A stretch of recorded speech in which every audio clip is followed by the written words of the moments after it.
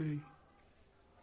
आज मैं डोपो धमाका चैनल से सभी व्यूवर्स का स्वागत अभिनंदन करती हूँ कि आज सरस्वती पूजन है और आज संगम का स्नान जरूर करना चाहिए, क्योंकि सरस्वती जी वही में उसी में लोप है, अंदर है। और सभी जितने भी हैं उनको महाकुंभ की बहुत बहुत बधाई देना चाहती हूँ।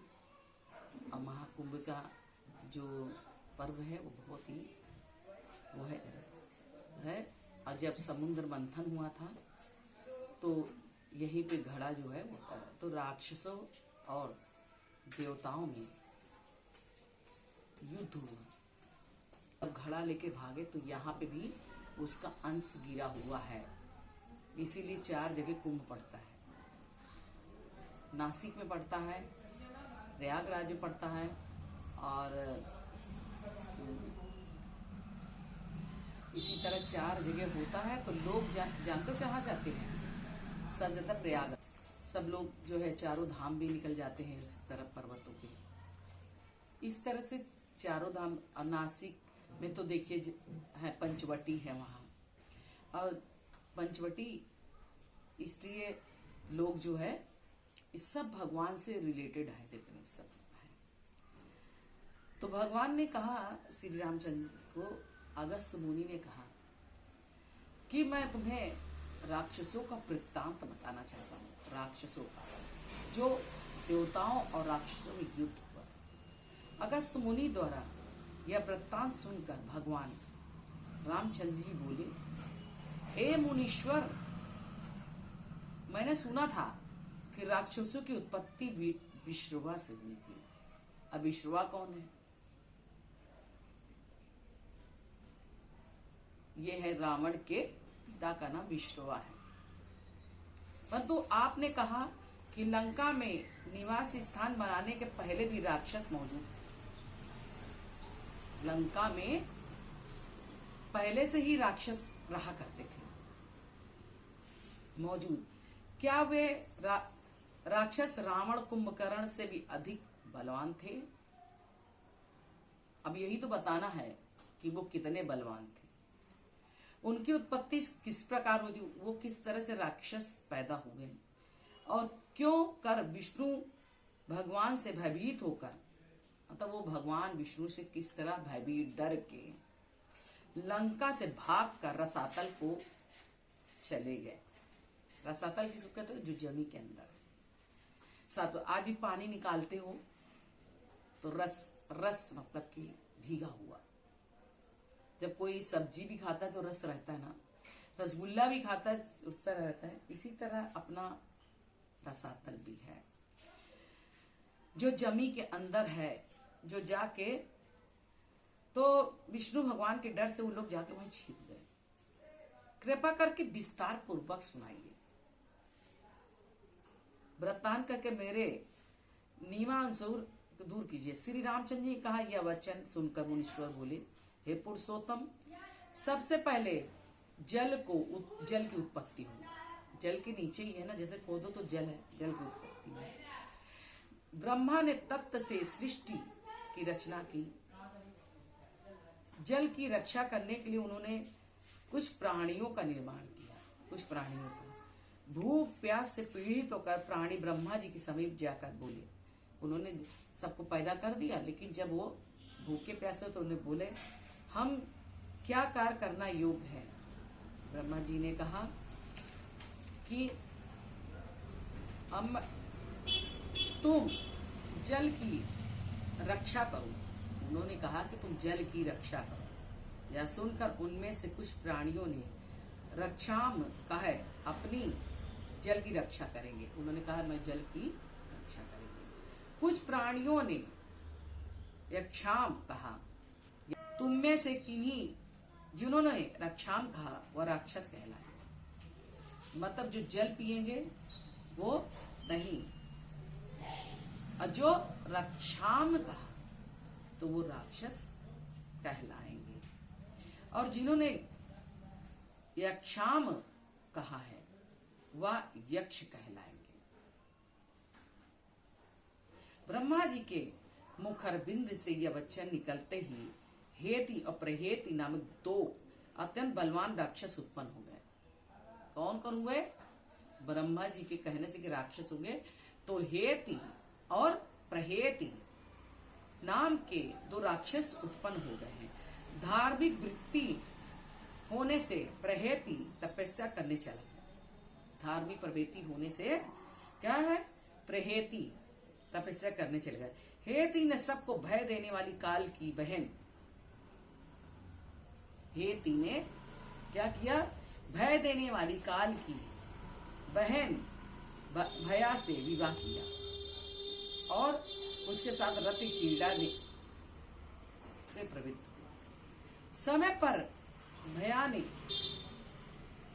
महान तेजस्वी एक बालक उत्पन्न किया। बितुक्लेश नाम का वह बालक जल से कमल के सदृश उत्पन्न हो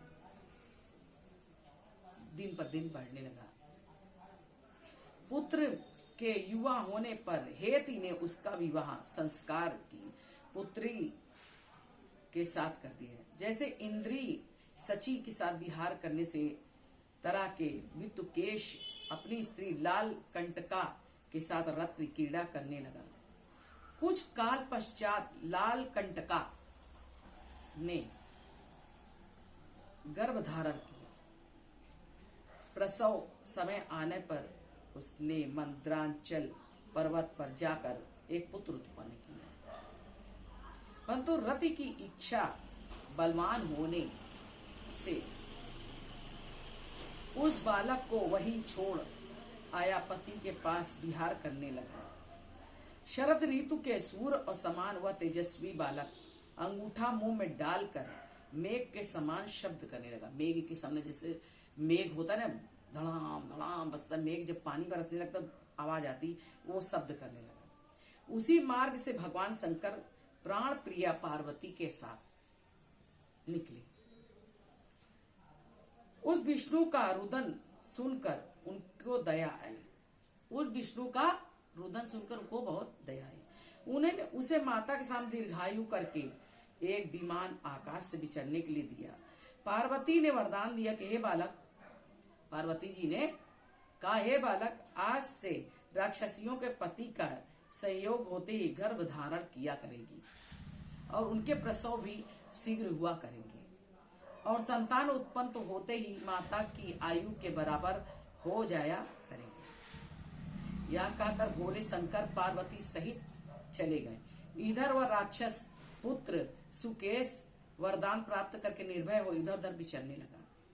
ग्रामीण नगर के गंधर्व ने, जो विश्वासु के समान ही तेजस्वी था, ब्रह्मा द्वारा यह पाए हुए सुकेत को धार्मिक देख उसे अपनी कन्या देववती विवाह दी।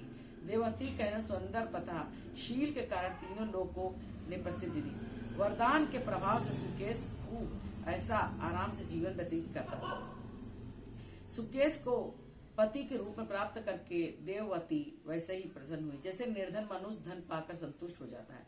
राक्षस सुकेश देववती को स्त्री रूप में प्राप्त कर अपने को भाग्यशाली समझता था। हे राम जी, कुछ समय के बाद देववती के अग्नि समान तेजस्वी 3 पुत्र उत्पन्न हुए। माल्यवान, सुमाली, माली नाम के 3 पुत्र उत्पन्न हुए। तीनों पुत्र शीघ्र बड़े हो गए।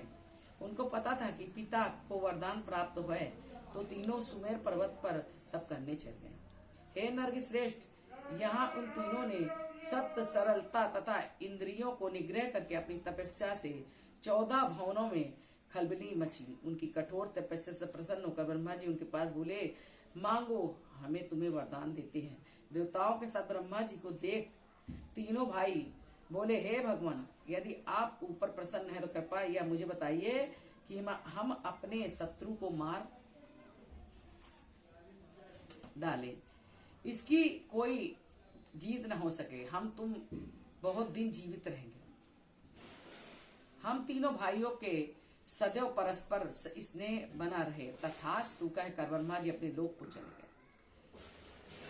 हे राम जी, वर पाकर के को पीड़ित करने लगी ऋषि, चारण, देवता, दैत्य सब त्राही तैयारी करने लगे। हे राजन, अपने मद से मत हो। इन तीनों भाइयों को विश्वकर्मा को अपने लिए महादेव के घर समान बनाने की आज्ञा दी। उनकी आज्ञा सुनकर विश्वकर्मा ने उन राक्षसों को रहने के लिए अमरावती के समान उत्तम स्थान बनाया। विश्वकर्मा ने कहा, दक्षिण सिंधु के तट पर त्रिकुट नामक पर्वत समीप सुमेर पर्वत के शिखर पर 3 योजन चौड़ी लंबी लंका नगरी है।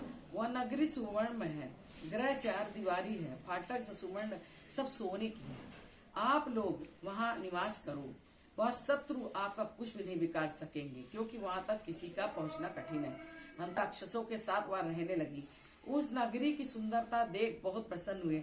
लंका के 4 दीवारी पर बड़े यमदूत हैं। हे राम जी, उस समय वहां एक नर्मदा नाम की गंधर्वी रहती, उसका चंद्रमा के समान सुंदर अपनी 3 कन्याओं का विवाह 3 राक्षसों के साथ कर दिया। माल्यवान की स्त्री अति सुंदर की थी, इस उसका नाम सुंदरी पड़ा। ब्रज मुष्टि विरूपाक्ष दुर्मुख सुप्तस्थल यकेश मस्त उन्मत्त नाम के 8 पुत्र, अन्य नाम की एक सुंदरी कन्या उत्पन्न। सुमाली की स्त्री केतुमली अपनी पति के प्राणों के समान उसे महंत। इस तरह से भयकर्ता संकर्ता आदि पुत्र सुपोष्टा, इस तरह कुंभिनी 7 चार कन्या हुई, 14 संतानें उत्पन्न।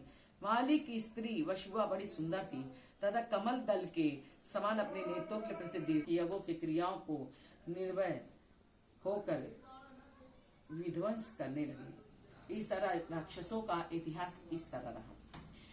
जहाँ पे राक्षस होते हैं वहां पे तो गलत होता ही है ना। इसे राक्षसों का करके भगवान ने राम का रूप रखकर राम के रूप में उत्पन्न होकर सभी राक्षसों को का विध्वंस किया। और इस तरह से राक्षसों की कहानी है, इसको मैं सुना रही हूँ। फिर इसके बाद में आपको मैं दूसरे एपिसोड में आपको दिखाएंगे ये वाला देवताओं और महादेव को। और इस तरह से बोलो वृंदावन बिहारी लाल की जय। श्री कृष्ण गोविंद हरे मुरारी, हे नाथ नारायण वासुदेवा। श्री कृष्ण गोविंद हरे मुरारी, हे नाथ नारायण वासुदेवा।